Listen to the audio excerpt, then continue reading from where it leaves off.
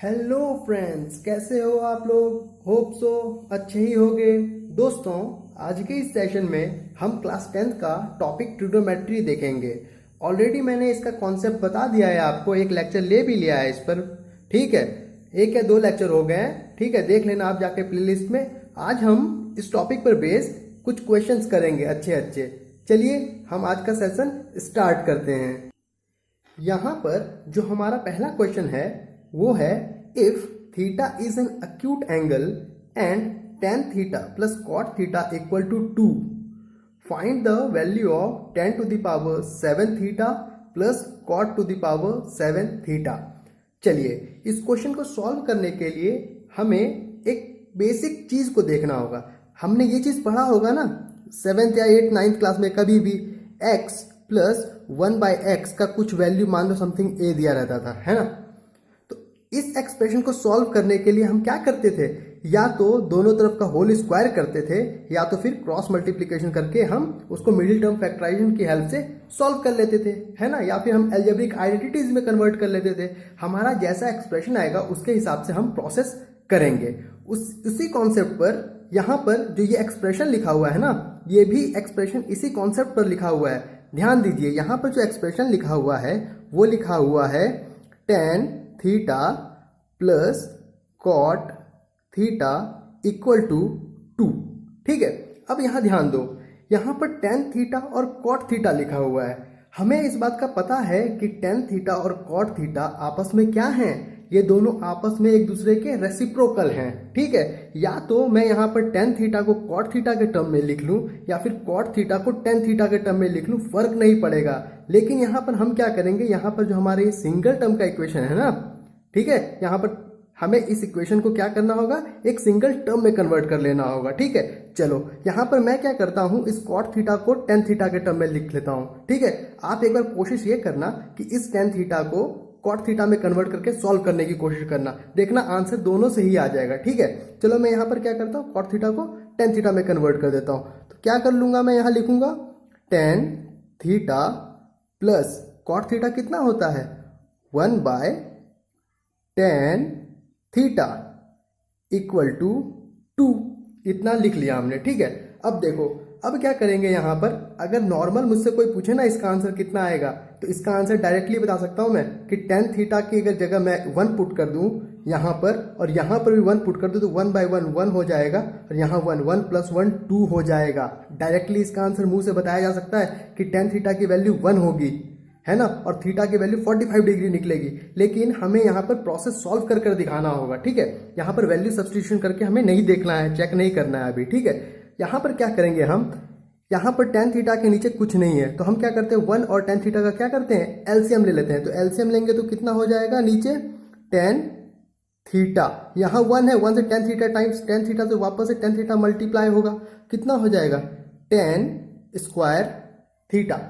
ठीक है, अब यहाँ पर एक बात समझो, ये लिख कैसे रहे हैं। ठीक है, यहाँ पर जैसे हम लिखते थे ना x का whole square equal to x square, उसी तरह यहाँ पर जैसे हम अगर ऐसा लिखे ना tan थीटा का होल स्क्वायर, तो इसको हम ऐसे भी लिख सकते हैं, ये tan लिखकर tan के ऊपर कोई पावर चढ़ा दो, जो पावर है, उसके बाद फिर थीटा लिख दो, तो ये हो गया tan स्क्वायर थीटा। ठीक है, चलो बात आप समझ गए होगे कैसे यहाँ पर स्क्वायर को लिखना है, या फिर कोई भी पावर को ट्रिग्नोमेट्रिक फंक्शन के ऊपर लिखना है। चलो उसके बाद क्या हो गया, जैसे ही यहाँ पर फिर tan थीटा से tan थीटा 1 टाइम्स, फिर 1 से 1 मल्टीप्लाई हो जाएगा, तो 1 हो जाएगा इक्वल टू यहाँ पर 2 हो गया। ठीक है, अब क्या करेंगे, क्रॉस मल्टीप्लिकेशन हमें करना तो आता है, वापस से क्या करते हैं, tan थीटा को इस 2 से मल्टीप्लाई कर लेते हैं। तो कितना हो जाएगा यहाँ पर हमारे नॉर्मल जो complete equation, tan square theta plus 1 equal to 2 tan theta. ठीक है, जब इतना हमारा कन्वर्ट हो गया, तो अब ध्यान से देखो, ये जो RHS में लिखा है ना, इस पूरे टर्म को हम लेकर LHS में चले जाएंगे। ठीक है, तो उससे क्या होगा, आपको अभी दिखने लग जाएगा। यहाँ पर लिखूंगा मैं tan स्क्वायर थीटा, इस पूरे 2 tan थीटा को मैं क्या करता हूँ, LHS में लेकर आ जाता हूँ। तो यहाँ पर पॉजिटिव था, यहाँ पर साइन जब पलट जाएगा, क्योंकि वो अगर इक्वल टू के इधर आएगा नहीं, साइड चेंज करेगा। तो ठीक है, यहाँ प्लस था, अब क्या हो गया, -2 tan थीटा, और यहाँ पर हमारा कितना बचा था, +1 इक्वल टू कुछ नहीं बचेगा ना, ये पूरा टर्म उठकर इधर आ गया, तो इधर क्या बचा हमारे पास, 0। अब ध्यान से देखो, एक्स स्क्वायर, अगर मैं इस tan थीटा को x मान लूँ या a मान लूँ, चलो कुछ भी है ना, जैसा हमने आइडेंटिटीज पढ़ा है उसके हिसाब से समझो। यहां लिखा हुआ है x का होल स्क्वायर माइनस 2x। अगर मैं इसमें थोड़ा सा चेंज कर दूं ना, ध्यान से देखना, यहां लिखा है tan square theta minus 2 into tan theta into 1 plus 1 equal to 0। अब ध्यान दो, X square minus 2x into Y plus 1, यानी अगर मैं 1 का होल स्क्वायर भी कर दूं तो कोई फर्क पड़ता है क्या, नहीं। लेकिन यहां हमारा आइडेंटिटी बन जाता है एक, है ना। अगर यहां पर 1 भी लिखा हुआ है तो भी फर्क नहीं पड़ता, अगर 1 स्क्वायर लिखेगा तब भी नहीं, 1 का पावर 1000 लिखा रहेगा तब भी फर्क नहीं पड़ेगा। लेकिन यहां से एक आइडेंटिटी बन जाता है हमारा, क्या, x माइनस वाई का होल स्क्वायर का, है ना।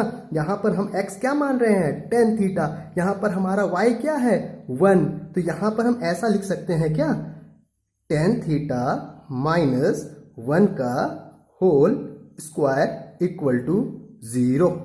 ऐसा लिख सकते हैं क्या, हम लिख सकते हैं कि नहीं, देखो ध्यान से देखो, आप एक बार लिख सकते हैं कि नहीं ऐसा, आइडेंटिटी में कन्वर्ट करके tan थीटा माइनस 1 का होल स्क्वायर इक्वल टू 0।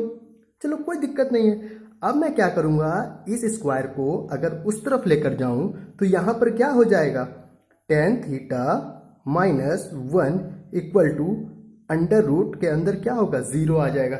0 का अंडर रूट कितना होता है, 0 ही होता है ना। सिंपल कैलकुलेशन है। होप सो अभी तक आप इतना समझ गए होंगे, है ना। अब देखो, अब ये हमारा नॉर्मल इक्वेशन कितना बनकर आ गया, tan theta minus 1 equal to 0, है ना। अब क्या करेंगे, एक तरफ tan थीटा लिख लेंगे, एक तरफ 1 कर देंगे। यहां पर ये माइनस है, साइड चेंज करेगा तो ये क्या हो जाएगा, पॉजिटिव बन जाएगा। तो कितना हो जाएगा, tan theta equal to 0 plus 1 equal to 1, यानी tan theta equal to 1। Already मैं आपको स्टार्टिंग में ही बोल दिया था, tan थीटा की वैल्यू 1 पुट करेंगे तो वहां पर आंसर 2 आ जाएगा। और देखो हमारा कैलकुलेट करके भी tan थीटा की वैल्यू कितनी आ गई, 1 आ गई, है ना।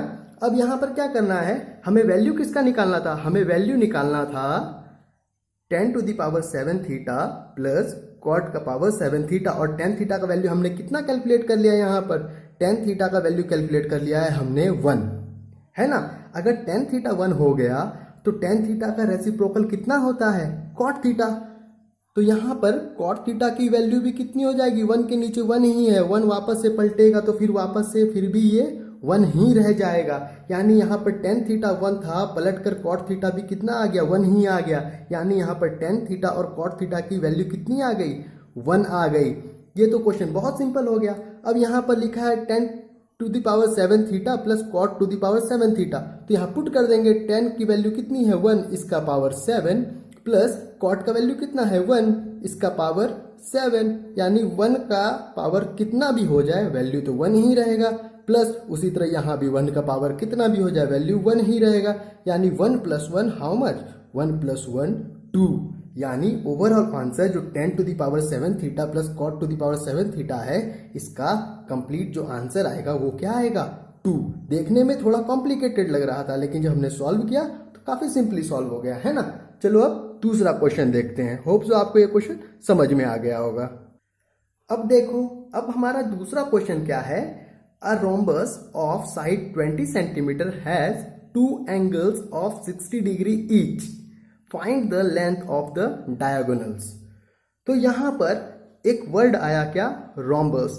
अगर इस rhombus की प्रॉपर्टी आपको पता नहीं होगा ना, समझ लो बात, अगर इस rhombus की प्रॉपर्टी आपको पता नहीं होगा तो आप इस क्वेश्चन को सॉल्व ही नहीं कर पाओगे, है ना। तो सबसे पहले जान लो कि rhombus क्या है, इसका साइड क्या ऐसा है ना, इसके डायगोनल्स क्या करते हैं। अगर हमें ये सब पता हो जाएगा तो ये क्वेश्चन हमारा इजीली बन जाएगा। चलो देखते हैं।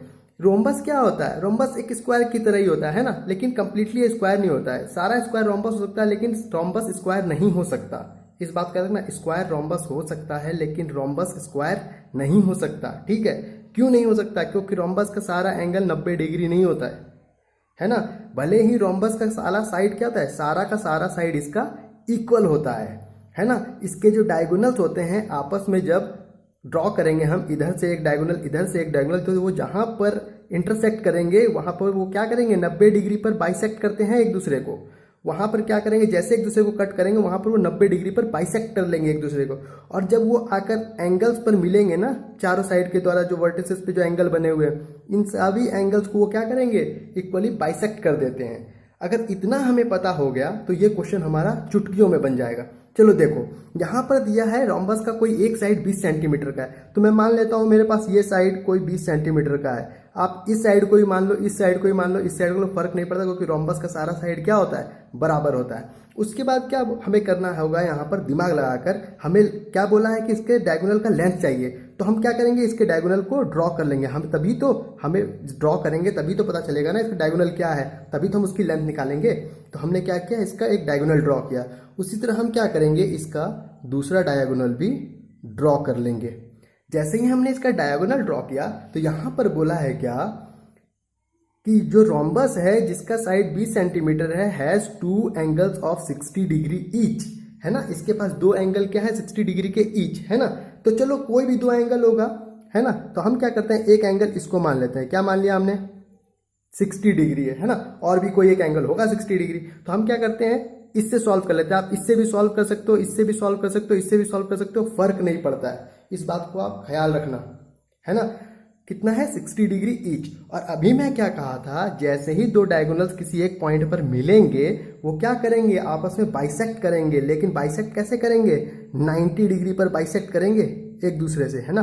90 डिग्री पर बाइसेक्ट करेंगे। और बाइसेक्ट करने का मतलब क्या है कि ये वाला साइड इसके बराबर, ये वाला साइड इसके बराबर, है ना। इस बात का ख्याल रखना।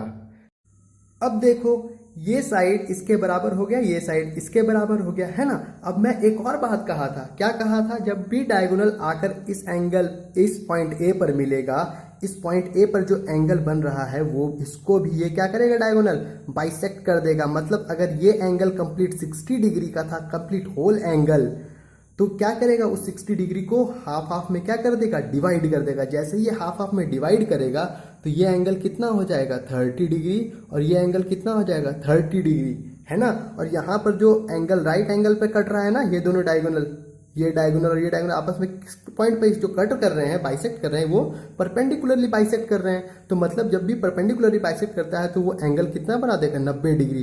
यानी एक एंगल 90 डिग्री हो गया। यहाँ पर इस ट्रायंगल को देखो ध्यान से, इस वाले ट्रायंगल को, अगर मैं यहाँ पे कोई पॉइंट सेंटर पे जहाँ पे कट रहा है, ये इनका जो पॉइंट है कटिंग पॉइंट, उसको मैं अगर पॉइंट ओ मान लेता हूँ, तो ट्रायंगल देखो, ट्रायंगल ए ओ बी में देखो, वापस से बोल रहा हूँ, ट्रायंगल ए ओ बी में देखो, है ना, ए ओ बी। तो कौन सा ट्रायंगल हो गया, ये और ये साइड अपनी, ठीक है। चलो यहाँ पर एक साइड हमें पता है कितना गिवन है, 20 सेंटीमीटर, ठीक है। और यहाँ पर एक एंगल 90 डिग्री हो गया, तो हमें तुरंत क्लिक कर जाना चाहिए, अरे भैया ये तो राइट एंगल ट्रायंगल हो गया। जैसे ही राइट एंगल ट्रायंगल हो गया, तुरंत हमें पाइथागोरस थ्योरम की तरफ जाना चाहिए। पाइथागोरस थ्योरम की तरफ अगर हम जाएंगे तो वहाँ हमें क्या होना चाहिए, 3 साइड है ना, 3 साइड का रिलेशन है, कम से कम 2 साइड हमें गिवन होने चाहिए। लेकिन यहाँ पर तो एक ही साइड गिवन है, ना ही इसका लेंथ पता है ना ही इसका लेंथ, तो भैया पाइथागोरस थ्योरम भी हमारा वहीं पे फेल हो गया। अब वापस से फिर सोचो क्या कर सकते हैं, तो ख्याल आया, अरे हाँ एंगल गिवन है, साइड गिवन है, तो हम ट्रिग्नोमेट्रिक रेशियो के थ्रू हेल्प से क्या कर सकते हैं, साइड लेंथ निकाल सकते हैं, है ना। क्योंकि ट्रिग्नोमेट्रिक रेशियो में क्या पढ़ा था हमने, साइड और एंगल के बीच का रिलेशन ही क्या करता है, डिफाइन किया था किसको, ट्रिग्नोमेट्रिक रेशियो को। तो चलो उसकी हेल्प अब लेते हैं हम लेंथ निकालने के लिए, किसका, डायगोनल्स का। चलो देखते हैं। जैसे ही हम क्या करते हैं, इस एंगल को देखते हैं, ये 90 डिग्री देखते हैं, तो ध्यान दो, मैंने कहा था एंगल जो होता है हाइपोटेनियस और बेस के बीच में बनता है। तो जरा इस राइट एंगल ट्रायंगल पर नजर डाल लो एक, है ना। ये 90 डिग्री, अगर ये एंगल मेरा 30 डिग्री है, समझना बात, ये 90 डिग्री, ये एंगल मेरा 30 डिग्री, तो इस एंगल के सामने वाला साइड क्या, परपेंडिकुलर, सबसे लंबा साइड क्या, हाइपोटेनियस, और जिसके साथ एंगल बना रहा है वो अपना बेस। अब ध्यान दो, है ना, बिल्कुल ध्यान दो, ये 90 डिग्री किसके किसके साथ बनता है, परपेंडिकुलर और बेस के साथ, ठीक है। अब जरा इस ट्रायंगल पर देखो, ए ओ बी ट्रायंगल में ये एंगल कितना है अपने पास, 90 डिग्री।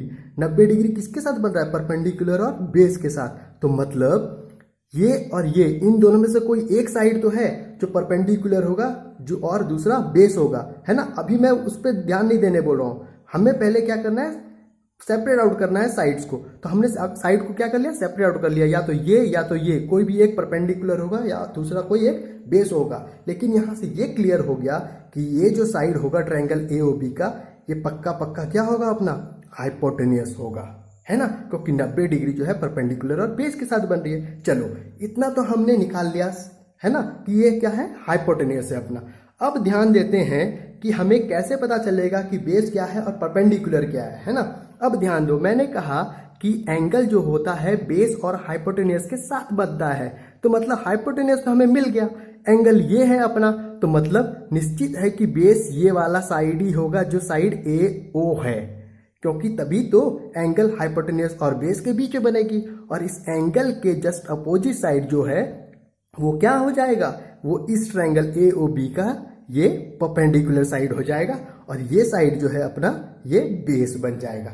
यहां पर हमें सब कुछ क्लियर हो गया। अब यहां पर हम किसी भी एक ट्रिग्नोमेट्रिक रेशियो को उठाएंगे और उसकी हेल्प से हम इस ट्रायंगल को सॉल्व कर लेंगे। लेकिन वहां पर किसी भी ट्रिग्नोमेट्रिक रेशियो को ऐसे ही नहीं उठा लेंगे, हमें यह ध्यान देना होगा कि गिवन क्या क्या है। यहाँ पर हाइपोटेनियस गिवन है और एंगल गिवन है, तो हाइपोटेनियस के साथ जिस जिस ट्रिग्नोमेट्रिक का रिलेशन है, सिर्फ उसी ट्रिग्नोमेट्रिक रेशियो को हम लेंगे, है ना। उसमें से किसी एक को भी ले लो, आप सॉल्व कर सकते हैं। तो मैं क्या करता हूँ, ध्यान दो, हमें निकालना है क्या, हमें डायगोनल का लेंथ निकालना है। जब डायगोनल का लेंथ निकालना है तो ये साइड चाहिए या ये साइड चाहिए, है ना, दोनों से कोई एक साइड चाहिए। अब ध्यान दो, यहां 20 है, यहां 30 डिग्री है ना, इसके ऑपोजिट का साइड क्या है, परपेंडिकुलर, है ना। अब मैं क्या करता हूं, परपेंडिकुलर बाय हाइपोटेन्यूज का रिलेशन से निकाल लेता हूं। मैं यहां क्या करता हूं, मैं लेता हूं साइन 30 डिग्री, है ना। यहां पर मैं क्या ले, साइन 30 डिग्री। अगर मैं ऐसे ही यहां पे साइन 30 डिग्री लेता हूं, यहां पर रिलेशन क्या है, साइन का, परपेंडिकुलर बाय हाइपोटेनियस। तो परपेंडिकुलर कौन सा लेंथ है, ये लेंथ है, तो कितना हो गया, ओ बी, कितना हो गया, ओ बी। और हमारा हाइपोटेनियस क्या हो गया, हाइपोटेनियस हो गया ए बी, कितना हो गया, ए बी। होप सो अभी तक आपको कुछ कंफ्यूजन नहीं हुआ होगा, है ना। मैं बिल्कुल क्लियरली बता रहा हूं, आप ध्यान से अगर देखेंगे तो आप सब कुछ समझ जाएंगे, है ना। मेरे साथ साथ चलो, यहां पर ओबी का लेंथ हमें पता नहीं है, ध्यान दो, हमें क्या है, ओबी का लेंथ पता नहीं है, लेकिन ए बी का लेंथ हमें भैया पता है। तो हमें क्या करते हैं, इस इक्वेशन में सब्सटीट्यूट करते हैं। तो यहां पर देखो साइन 30 डिग्री लिखा है, मैंने आपको वैल्यूज इससे पहले वाली क्लास में बताया है। तो साइन 30 डिग्री का वैल्यू कितना होता है, बोलो, साइन 30 डिग्री का वैल्यू होता है 1/2। यहां पर हमने पुट कर लिया वैल्यू साइन 30 डिग्री का 1/2। अब ओबी का लेंथ हमें पता नहीं है, तो एज इट इज हम यहाँ क्या करेंगे, ओबी ही लिख देंगे। अब क्या बचा, अब बचा हमारा ए बी का लेंथ हमें यहाँ पता है ना, कितना दिया हुआ है, 20 दिया हुआ है। अब यहाँ से ओ बी को निकालने के लिए हम क्या करेंगे, क्रॉस मल्टीप्लाई कर लेते हैं। तो O B equal to 20 divided by 2, कितना हो गया, 10 हो गया, है ना। ओ बी का लेंथ कितना निकल गया, 10 सेंटीमीटर निकल गया। चलो ये लेंथ तो अपना निकल गया, तो भैया ये लेंथ अब निकालना होगा, तभी तो इस पूरे डायगोनल का लेंथ निकलेगा, है ना। अब ध्यान दो, आपको मैंने जब इस ट्रॉम्बस के बारे में बताया तो तभी एक बात बताया कि ये डायगोनल्स आपस में बाइसेक्ट करते हैं। मतलब बाइसेक्ट करते हैं तो ये साइड इस साइड के बराबर होगा, यानी ये साइड अगर 10 निकला है तो ये साइड जो डी ओ है ये भी 10 ही होगा बाय डिफॉल्ट, है ना, क्योंकि बाइसेक्ट कर रहा है। तो मतलब अगर ओ बी 10 है तो ओ डी, है ना, बाय डिफॉल्ट ओ बी के बराबर हो जाएगा प्रॉपर्टी से रोम्बस के। तो ये भी कितना हो गया, 10 सेंटीमीटर। यानी जो ये कंप्लीट डायगोनल है ये क्या है, डी बी, यानी कंप्लीट डायगोनल क्या है अपना, डी बी। और ये डी बी किसको ऐड करने से आ रहा है, डी ओ और ओ बी को ऐड करने से। तो कितना आ रहा है, O D plus O B को ऐड करने से। तो ओ डी का लेंथ कितना है अपने पास 10 सेंटीमीटर और ओ बी का लेंथ कितना है अपने पास 10 सेंटीमीटर। तो 10 प्लस 10 हाउ मच 20 सेंटीमीटर। हमारा क्या हो गया, ये डायगोनल का लेंथ आ गया। ठीक है, होप सो। अब देखो हमने यहाँ BD क्या कर लिया, निकाल लिया। BD कितनी आ गई अपनी 20 सेंटीमीटर। चलो BD तो आ गया, लेकिन हमें डायगोनल्स का लेंथ पूछा है, मतलब BD का भी लेंथ चाहिए अपने को, फिर AC का भी लेंथ चाहिए। BD तो हमने कैलकुलेट कर लिया 20 सेंटीमीटर। चलो अब AC को कैलकुलेट करते हैं कि AC का लेंथ कितना है। जैसे ही AC का लेंथ हमें पता चल जाएगा, यानी हमारे दोनों डायगोनल्स के लेंथ नोन हो जाएंगे और हमारा ये प्रॉब्लम सॉल्व हो जाएगा। तो चलो AC को कैलकुलेट करते हैं और देखते हैं कि कितना वैल्यू इसका आता है। अब ध्यान देंगे, ठीक है, वापस से मैं वही ट्रायंगल कंसीडर कर रहा हूं AOB ट्रायंगल। तो इस ट्रायंगल में क्या है, आप ध्यान से देखें, एक एंगल 90 डिग्री है, एक एंगल 30 डिग्री है। तो रिमेनिंग एंगल कितना हो जाएगा, हमें पता है कि एक कंप्लीट ट्रायंगल के एंगल का सम 180 डिग्री होता है, जिसमें से 90 प्लस 30 यानी 120 गिवन है। तो मतलब ये रिमेनिंग एंगल कितना बच गया, तो ये रिमेनिंग एंगल हमारे पास कितना बच गया, ये रिमेनिंग एंगल बच गया हमारे पास 60 डिग्री, है ना। अब हम इस एंगल के हेल्प से क्या करेंगे, इस साइड का लेंथ निकाल लेंगे। अगर इसका लेंथ निकल जाएगा तो इसके लेंथ को डबल कर देंगे तो हमारे पास AC का लेंथ आ जाएगा, है ना। जो कॉन्सेप्ट हमने पीछे लगाया एज इट इज सेम वैसा ही प्रोसेस यहाँ भी करना है। तो चलिए देखते हैं। यहाँ पर ध्यान दीजिए, हमें ये साइड का लेंथ पता है, इस साइड का लेंथ पता है, इस साइड का लेंथ निकालना है ना। तो आप पाइथागोरस थ्योरम पे तुरंत मत चले जाना, वो काफी थोड़ा लेंथी हो जाएगा। हम यहाँ पर ट्रिग्नोमेट्रिक रेशियो का यूज करेंगे, दैट इज वेरी इजी, है ना। चलो उससे क्या होगा, हमारा क्वेश्चन भी सॉल्व हो जाएगा। तो यहाँ क्या देखते हैं, हमारे पास 60 डिग्री है। इस 60 डिग्री के ऑपोजिट का साइड क्या हो जाएगा इस ट्रायंगल AOB के लिए, बोलो। ये साइड हमारा हाइपोटेनियस है, हाइपोटेनियस कभी बदलेगा नहीं, ठीक है। यानी एंगल हाइपोटेनियस और बेस के साथ बनता है। तो इस 60 डिग्री के लिए ये हाइपोटेनियस तो है ही, लेकिन इस बार ये साइड क्या बन जाएगा, इसका बेस बन जाएगा, है ना। ट्रायंगल AOB का 60 डिग्री के लिए ये साइड BO जो है ये बेस बन गया। चलो यानी 60 डिग्री के जो ऑपोजिट का साइड है AO, ये इस बार क्या बन जाएगा, इस बार ये परपेंडिकुलर बन जाएगा। अब ध्यान दो, हमें ये लेंथ पता है, ये लेंथ अगर हमें पता लग गया तो इसका जस्ट डबल कर देंगे, हमारा AC आ जाएगा। तो मतलब परपेंडिकुलर एंगल और बेस के बीच का जो रिलेशन है वो क्या है, वापस से एंगल परपेंडिकुलर और बेस के बीच का रिलेशन कौन सा ट्रिग्नोमेट्रिक रेशियो डिफाइन करता है, वो डिफाइन करता है हमारा tan थीटा। यानी tan यहां पर एंगल कितना given 60 degree equal to how much perpendicular, perpendicular side क्या हमारे पास AO, लिख दिया हमने क्या AO डिवाइडेड बाय बेस, क्या अपना बेस अपना इस बार BO, कितना हो गया BO। चलो tan 60 डिग्री की वैल्यू कितनी, हमें पता है tan 60 डिग्री की वैल्यू कितनी होती है √3 बराबर AO, AO तो हमें निकालना ही है। तो AO एज इट इज ऐसा ही रह गया। BO का लेंथ पता है हमें, हमने पिछले क्वेश्चन में कैलकुलेट कर लिया है। ध्यान दो BO का लेंथ कितना है 10 सेंटीमीटर, ठीक है। तो यहां पर हम क्या करेंगे, BO का लेंथ सिंपली सब्स्टिट्यूट कर देंगे। तो BO का लेंथ कितना हो गया हमारे पास 10, ठीक है। जैसे ही हम 10 पुट करेंगे, हम क्या करेंगे, अब क्रॉस मल्टीप्लीकेशन कर लेंगे, तो हमारा उससे क्या होगा AO का लेंथ आ जाएगा। तो यहाँ AO का लेंथ कितना हो गया 10 √3 सेंटीमीटर। अब ध्यान दो AO का लेंथ आ गया। अब यहाँ पर ध्यान से देखो इस फिगर में, जैसे ही हमारे पास AO का लेंथ आ गया तो इस AO के लेंथ से बाय डिफॉल्ट OC का लेंथ बराबर है ना। तो जैसे ही यहाँ पर AO का लेंथ इतना आया, ये भी किसके बराबर हो जाएगा OC के बराबर। और यहाँ पर जो हमारा डायगोनल है AC, ये किसको किसको जोड़कर बन रहा है AO और OC को जोड़कर। तो हम क्या करेंगे, वापस से जो हमने पिछले बारी किया था सेम टू सेम वही करेंगे। AC बराबर AO प्लस OC, ठीक है, इतना कर लिया हमने। चलो यहां पर कितना हो गया AO का लेंथ 10 √3, OC का लेंथ बाई डिफॉल्ट ये भी कितना हो गया 10√3, यानी 10√3 2 टाइम्स है, मल्टीप्लाई हो जाएगा तो कितना हो जाएगा 20√3 सेंटीमीटर, यानी हमारा AC का भी लेंथ आ गया और हमारे पास BD का भी लेंथ आ गया। BD हमारे पास 20, AC हमारे पास 20√3। होप सो आपको ये लेक्चर समझ में आ गया होगा। अगर आपको ये लेक्चर अच्छा लगा तो मेरे चैनल को सब्सक्राइब करें, मेरे वीडियो पर कमेंट करें, लाइक करें, शेयर करें। तब तक के लिए thank you, have a nice day.